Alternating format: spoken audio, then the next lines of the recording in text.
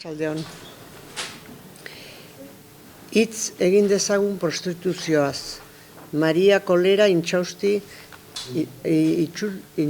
itzulia. Hiru dira, ez bi, prostituzioaren inguruko jarrera nagusiak.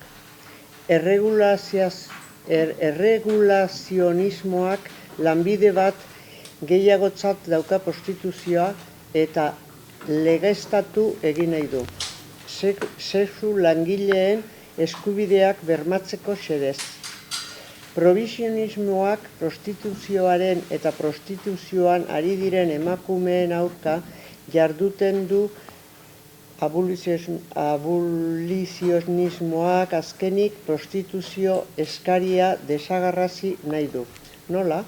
Proxeneta eta putazaleak zigortuz eta prostituzioan jarduten emakumeei alternatibak eskainiz eta lagunduz. Horretarako ezinbestekoa da atzerri legea indargabetzea, lan erreforma atzera botatzea eta poliziaren jazarpena geldiaraztea. Prostituzioa sexu lantzat hartzeak sexuari buruzko ikuskera hau normaltzen du. Gizonek beren zakile emakumeen alu, aho eta ipurtzuloetan sartzeko eskaera asetzea dela sexua.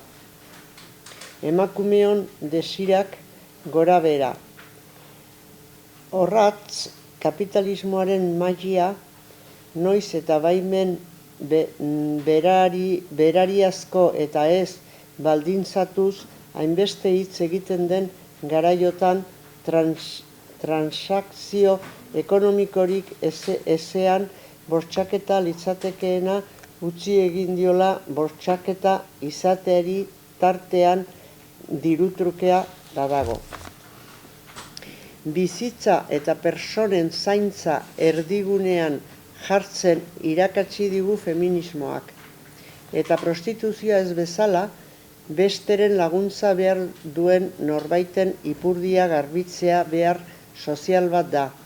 Eta egiten duenarentzat baldintzak onenak lortzeko borrokatu beharko dugu. Ez jendea zaintzeari usteko. Askotan, argudiatzen da ipurdiak garbitzea ere ez zaiola gustatzen inori.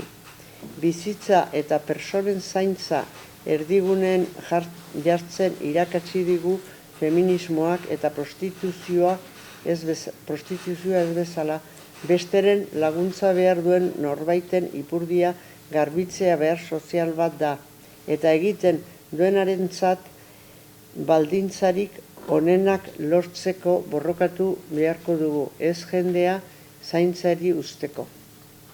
Bestalde, prostituzioan diardutenei entzun behar zaiela esaten da maiz, baina gehien entzuten diren ahotsak haren aldekoak dira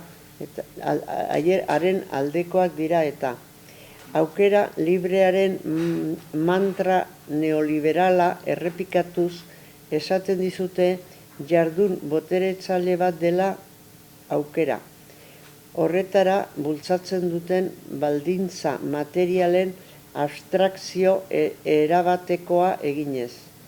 Kontuan hartzekoa da prostituzioa erregularizatu den herrialdeetan estatu proxenetek etekina ateratzen diola jardun hori zergapetuz, eta beraz, ez da pentsatzekoa ahalegin handirik egingo duenik pobreziaren feminizioari aurre egiteko. Horixe denean diru iturri bihurtu duen prostituzio industriaren lehengai nagusia. Azkenik, galdera bat egin behar diogu geure buruari. Benetan uste dugu gizonek emakumeen gorputza eskuratzeko duten eskubidea naturalizatu, legitimatu eta betikotzeak gizarte berdintzale bat lortzen lagunduko digula. Putazaleek gero eta gehiago eta gero eta gaztegoak emakumeok objektu sexualtzat gauzkatzen gizarte bat indartu beharrean, eskarnila.